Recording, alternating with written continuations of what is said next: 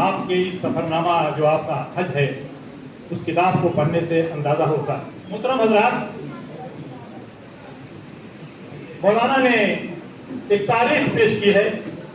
کتاب بہت مختصر ہے، لیکن بہت سی کتابوں کے پڑھنے کے بعد بھی جزیات کا پتہ لگتا ہے، بہت سی انفارمیشن ملتی ہے کہ سینکڑوں کتابوں کے پڑھنے کے بعد یہ نہیں معلوم ہو پایا مکہ کے بارے میں، کعبہ کے بارے میں، اس کی تعمیر کے بارے میں، اس کی مقاصد کے بارے میں، اس کی افضلیت کے بارے میں، اس کی بلندی کے بارے میں۔ وہ گھر جس کی قسم اللہ تعالیٰ نے قرآن مجید میں کھائی، والتین والزیتون وطور سینین وہذا البلد الامین، اس شہر کو بھی اور اس شہر میں کعبہ شریف کو دیکھنے کا آپ کو موقع ملا۔ وہ شہر اور اللہ تعالیٰ کا وہ گھر اور اس کی تعمیر اور اس کے جو مقاصد ہیں، جو توحید کا مرکز ہے، جہاں کی پوری ایک تاریخ ہے کہ کب سے اس گھر کو تعمیر کیا گیا اور کب اس کو مکمل کیا گیا۔ حضرت ابراہیم علیہ السلام کا بڑی تفصیلات کے ساتھ، اسماعیل علیہ السلام کا بڑی تفصیلات کے ساتھ، ہاجرہ علیہ السلام کا بڑی تفصیلات کے ساتھ، یہ ایسی شخصیات ہیں کہ جن کے گرد پورے حج کے ارکان گھومتے ہیں۔ مولانا نے بہت قریب سے اپنے تاثرات کو پیش کیا ہے۔ ہم جب وہاں پہنچتے ہیں تو ہم کو سوچنا چاہیے، ہمیں سے بہت لوگوں کو موقع ملا ہے وہاں جانے کا، کعبہ کو دیکھنے کا، روضہ رسول پر حاضری دینے کا، لیکن جب ہم پہنچتے ہیں تو ہمارے سامنے صدیاں ہٹ جاتی ہیں اور ہم اپنے کو پاتے ہیں کہ یہی وہ جگہ ہے جہاں کل توحید کا پیغام پیش کیا تھا ابراہیم علیہ السلام نے۔ وہی توحید کا پیغام آگ میں ڈالا گیا، وہی توحید کا پیغام اور وہی قربانی کہ چھوٹے سے بچے کو اپنی اہلیہ کو بغیر کسی آبادی کے، بغیر پانی کے، بغیر کھانے کے چھوڑ کے چلے آتے ہیں۔ یہ قربانی ہے۔ پوچھا گیا کہ کیا اللہ کا حکم ان کی اہلیہ نے؟ کہا اللہ کا حکم تھا، کوئی بات نہیں۔ محترم حضرات، ہم بھی جاتے ہیں، ہم بھی حج کرتے ہیں۔ سوال پیدا ہوتا ہے جب ہم کعبہ کو دیکھتے ہیں تو کیا ہمیں خیال آتا ہے یہاں کس عظیم پیغمبر نے اسلام کی دعوت کا آغاز کیا تھا؟ اسماعیل علیہ السلام نے کون سی قربانی دی تھی؟ ہاجرہ علیہ السلام نے کیا قربانی دی تھی؟ اور ان لوگوں نے اپنی قوم کو کس بات کا پیغام دیا تھا؟ ہم یہاں آئے ہیں حج کرنے، ارکان ادا کر رہے ہیں، ہم اپنی قوم میں، اپنے ملک میں جا رہے ہیں، کوئی سبق لے کر کے، کوئی نصیحت لے کر کے ہم جا رہے ہیں کہ نہیں جا رہے ہیں؟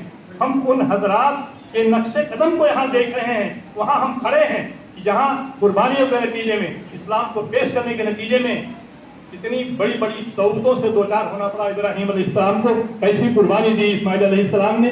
محترم حضرات، جب ہم وہاں پہنچتے ہیں تو ہم کو غور کرنا چاہیے کہ یہ وہ جگہ ہے کہ پوری دنیا، بالخصوص خود ہمارا ملک، اربوں کی آبادی اور پوری دنیا شرک اور کفر میں ڈوبی ہوئی ہے۔ وہاں سے جب ہم آتے ہیں تو کیا پیغام لے کے آتے ہیں، کیا روحانیت لے کر کے آتے ہیں؟ اگر مولانا کی اس کتاب کو آپ پڑھیے اور اس کے اوپر تدبر کیجئے، غور کیجئے، جب آپ وہاں سے حج کر کے واپس آئیں گے اس ملک ہندوستان میں آپ توحید کا پیغام عام کرنے کی کوشش کریں گے۔ آپ کو قربانیاں آمادہ کریں گی ابراہیم علیہ السلام کی، اسماعیل علیہ السلام کی، حاجرہ علیہ السلام کی، آخری رسول حضرت محمد صلی اللہ علیہ وسلم کا جو پیغام تھا، جو قربانی آپ نے دی، آپ کو بیوطن کیا گیا، آپ کو ستایا گیا اور آپ پر جنگ تھوپی گئی۔ آپ نے روضہ رسول پر بھی حاضری دی۔ جب آپ وہاں کھڑے ہیں تو آپ کی آنکھیں آنسوؤں میں ڈوبی ہوئی ہیں، آپ کے اوپر رکت طاری ہوتی ہے۔ یہ وہ جگہ ہے کہ جہاں ہم کو یہ سبق ملتا ہے کہ آپ پیدا ہوئے مکے میں، آپ نے اپنی دعوت کا آغاز مکے سے کیا، لیکن بے وطنی کے نتیجے میں آپ مدینہ تشریف لائے اور آپ کے اوپر سینکڑوں جنگیں تھوپی گئی۔ 80 جنگوں میں آپ خود شریک رہے، کبھی آپ نے کسی سے انتقام نہیں لیا، اور جب موقع آیا اور آپ کے ہاتھ میں سلطنت آئی اور مکہ فتح کر لیا تو آپ نے مخالفین کو بھی عام معافی کا اعلان کیا۔ حضرات، ہم کو سوچنا چاہیے کہ آج ہم کہاں کھڑے ہیں۔ ہم مکہ بھی جاتے ہیں، کعبہ پہ حاضری بھی دیتے ہیں، لوٹ کر کے روضہ رسول پر حاضری دیتے ہیں، مگر یہ بھول جاتے ہیں کہ مکہ بھی گئے اور مدینہ بھی آئے، روضہ رسول پر حاضری بھی دی، لیکن ہماری وابستگی اور ہماری محبت، ہمارا عشق اللہ کے رسول صلی اللہ علیہ وسلم کیسا ہے؟ اصحاب رسول کی قربانیاں کیا ہیں؟ مولانا نے جا کر کے تاریخی مقامات، مکہ اور کعبہ اور اس کے اطراف میں جو تاریخی مقامات ہیں، ہر جگہ آپ نے حاضری دی ہے۔ آپ مدینہ آئے ہیں تو آپ نے جنگ احد اور جنگ بدر، جو جنگیں تمام ہوئی ہیں سینکڑوں، ان جگہوں پر حاضری دی ہے۔ وہ قربانیاں ان کے سامنے ہیں جہاں 70 لوگوں کو دفنایا گیا ہے۔ کس لیے؟ اللہ تعالیٰ کے دین کو عام کرنے کے لیے، اس کی راہ میں قربانی دینے کے لیے۔ وہ قربانیاں، ان قربانیوں کا ذکر مولانا کی کتاب سفرنامہ میں موجود ہے۔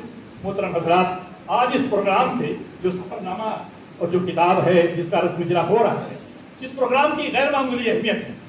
یہ پروگرام خالی ایک پروگرام برائے پروگرام نہیں ہے، بلکہ ہم کو یہ سوچنا چاہیے کہ مولانا کی کتاب کو لیں، اس کو پڑھیں اور اپنے فرض منصبی کو احساس کریں۔ اگر ہم کو موقع ملے حج کرنے کا تو ہمیں سوچیں کہ یہ گھر کس لیے تعمیر ہوا تھا اور تعمیر کس لیے ہوا ہے، یہاں آ کر کے ہم کیا پیغام لے رہے ہیں۔ اپنے ملک جا رہے ہیں تو شرک کے خلاف، کفر کے خلاف، لادینیت کے خلاف، گمراہی کے خلاف، اندھیرے کے خلاف ہم کھڑے ہونے کو تیار نہیں تیار ہیں۔ مدینہ ہم جا رہے ہیں، یہ جذبہ پایا جانا چاہیے کہ اللہ کی راہ میں ہمارے اندر جہاد کا بھی جذبہ، قربانی کے جذبہ اللہ کے دین کے لیے پیدا ہونا چاہیے۔ وہ قربانیاں ہمیں آمادہ کرتی ہیں، یاد دلاتی ہیں خالی اللہ کے رسول صلی اللہ علیہ وسلم کی نہیں، اصحاب رسول کی۔